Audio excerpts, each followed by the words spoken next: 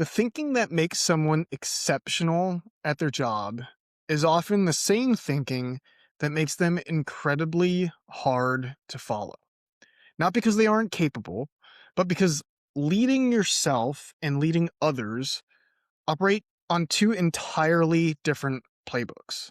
Yet too often, a new supervisor steps into their role and leans right back into the same mindsets and thought patterns that earned them the promotion, expecting them to keep working until they don't anymore.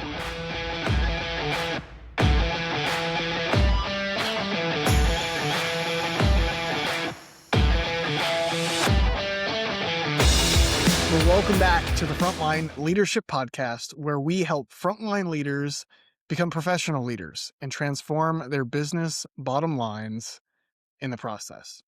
I'm your host, Craig Coyle, former Apache helicopter pilot, aerospace leader, and founder of Operation Lead. Today, we're getting personal and practical. Two mindset shifts that shaped my life, showed up in my leadership, and ground the way we help organizations develop leaders today. So let's dive in. Before we get started, a quick orientation to where we've been, where we are, and where we're going.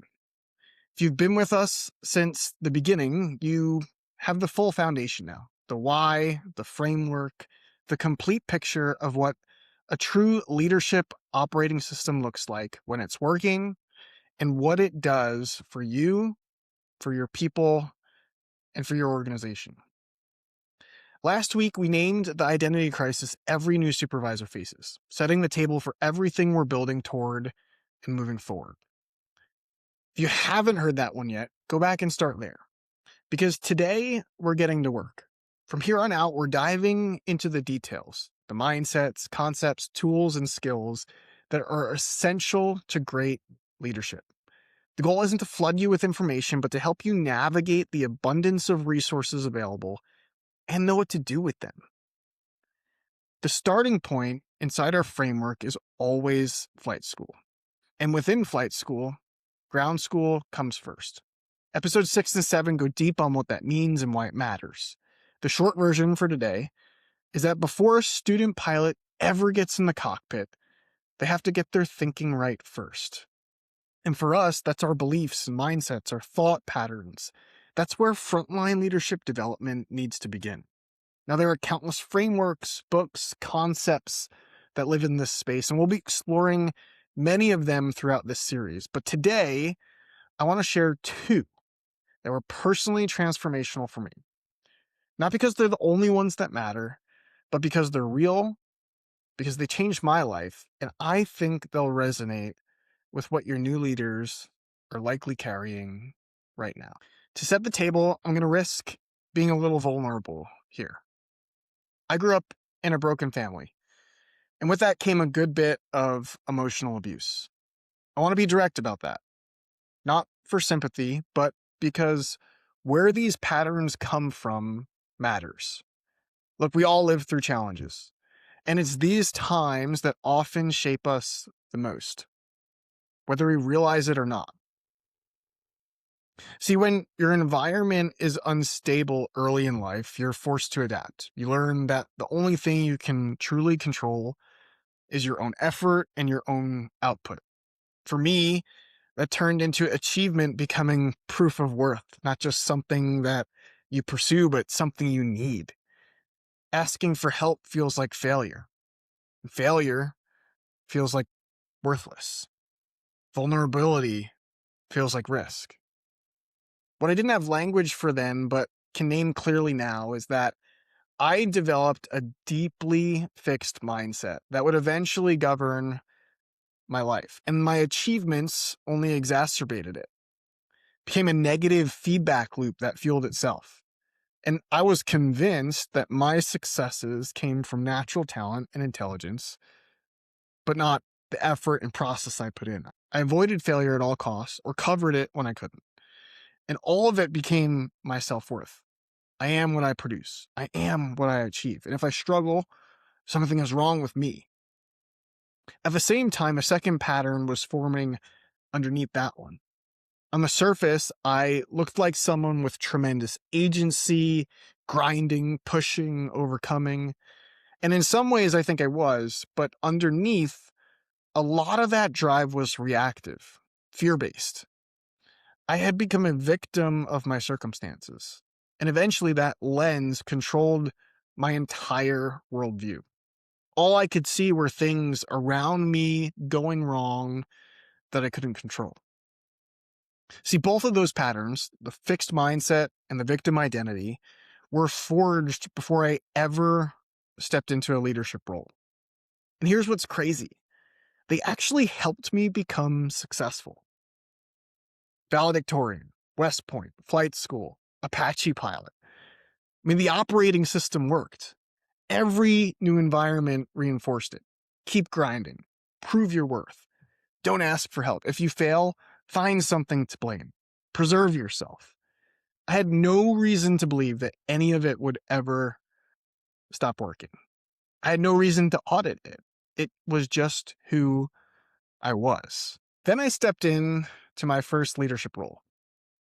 And the operating system that had never failed me started failing almost immediately. The effort wasn't translating. The harder I pushed, the worse things got.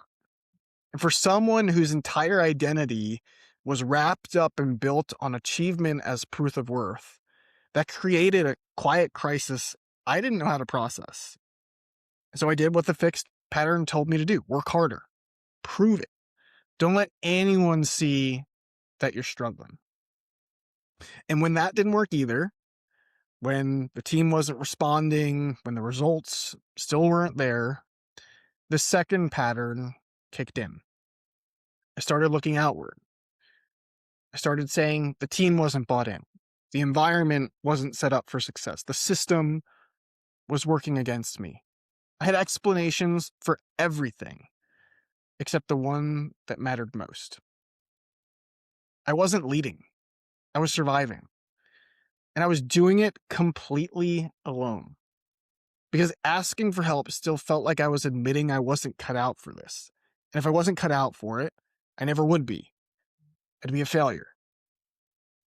What I couldn't see then is that I wasn't failing because I lacked capability. I was failing because two deeply ingrained thought patterns were running my leadership and my life. And neither of them was designed for what the people I led actually needed from me. My breakthrough came from a book. A mentor recommended Mindset by Carol Dweck, and something cracked open. Dweck's framework is pretty straightforward, but I think it's really profound. First and foremost, a fixed mindset believes that ability is static. You either have it or you don't. You're smart or you're not. You're athletic or you aren't. You're a natural leader or you shouldn't lead.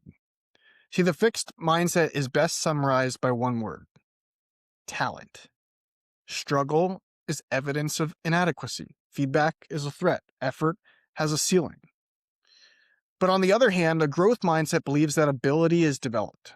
Struggle is part of the process. Feedback is valuable information, and that effort compounds over time. Here's what I think is really fascinating. See, in Dweck's research, a growth mindset outperformed a fixed mindset in every situation and scenario. Here's her guiding breakthrough. Fixed thinking holds us back, but a growth orientation sets us free, both personally and organizationally. Reading that book, I could see myself clearly for the first time. The way I'd interpreted every difficult moment in my leadership as evidence that I wasn't built for it. The way I avoided feedback because hearing I needed to grow felt like hearing I wasn't enough. The fixed pattern wasn't just holding back my leadership, it was distorting my entire perception of the experience. But here's what that book did beyond just naming the pattern. It ignited something. The idea that growth was not only possible, but growth was the point. That struggle wasn't a verdict, but a process. It fundamentally reoriented how I saw myself as a leader.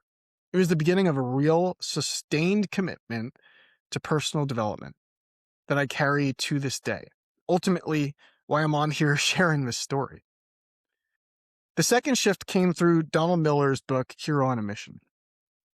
In the book, Miller draws a sharp distinction between what he calls a victim mindset and a hero mindset. See, the victim believes things happen to them. Circumstances are out of their control. Problems belong to someone else. Agency is an illusion. But the hero, they believe they can act, that the situation may be hard, but they're not helpless. They maintain what's called an internal locus of control, regardless of what's happening around them. When I first encountered this concept, I kind of had to sit with it for a bit and wrestle with it, because on the surface, I had always seen myself as someone who pushed through adversity. But what Donald Miller helped me see is that it's less about what you do and more about how you frame your situation and how that manifests itself in your actions. See, victims focus on self-preservation, but heroes focus on forward momentum.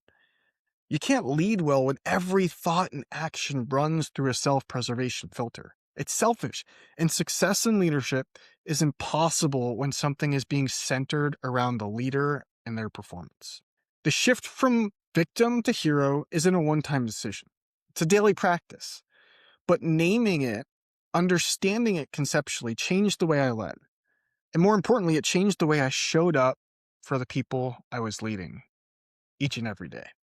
So where am I going with all this? Well, here's what I want you to sit with for just a moment. Every leader you've ever developed, every supervisor you've ever promoted, walked into that role carrying the full weight of their life. The family they grew up in, the experiences that shaped them, the wins that built their confidence, and the losses that maybe quietly define their limits. None of that disappears when they accept the promotion. It comes with them.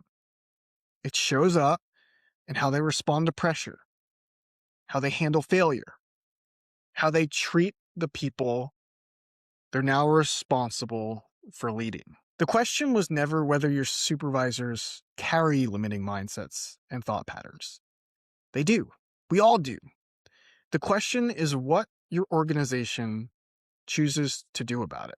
See, when organizations address this deliberately, when they build mindset awareness, mindset training into the front end of how they develop new supervisors, something different happens. New leaders gain immediate awareness of the thought patterns governing their behavior. They recognize the fixed mindset when it shows up, and then they know how to respond.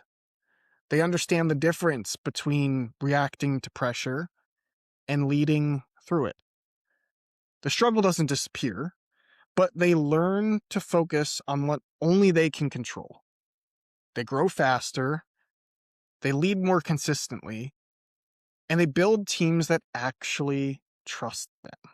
But when organizations leave this to chance, and let's be honest, most do, the patterns run unchecked.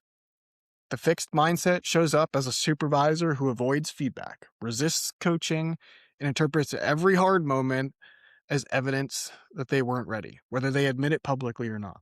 The victim pattern shows up as a leader who deflects accountability, blames the team, either internally or externally, and waits to be told what to do. And the performance systems accumulate. We've all seen it. Disengagement, inconsistency, turnover, or worse. And the organization responds by treating those symptoms. More training, more oversight, more corrective conversations, none of which touch the actual root. See, the difference between those two paths isn't talent. It's not resources. It's whether someone at the right moment handed a new leader the language to understand, audit, and redefine their own operating system. That's what ground school is designed to do. And it starts with being willing to ask, what thinking patterns did we just promote, and will they serve our people well? If today's episode resonated, whether you're a supervisor carrying some form of what I described today, or a senior leader thinking about what this means for your people, I encourage you to start at operationlead.com. Everything we do is there, and there's a clear next step waiting for you, regardless of where you might be on this journey. So here's what we cover: growth versus fixed, hero versus victim. 2 mindset shifts that changed the way I see myself, the way I lead, and the way I develop leaders today. Now, they're not the only ones that matter. There's a whole landscape of mindset work worth exploring. To name a few: the power of habits, proactive versus reactive, delayed gratification, thinking win-win versus win-lose, seeking first to understand. Here's the thing: you never know what your limiting beliefs are until you do. But when you do, everything changes. Now, we'll keep bringing these concepts to you throughout the series, one at a time, grounded in real experience and always filtered through what it actually means to develop great frontline leaders. Next week, we continue our deep dive into ground school and tackle one of the most critical mindset adjacent competencies in frontline leadership: emotional intelligence. Not as a soft skill, but as a core leadership capability that shapes everything from how your supervisors communicate to how they perform under pressure. You won't want to miss it. Until then, I'm Craig Coyle, and this is the Frontline Leadership Podcast. Let's lead.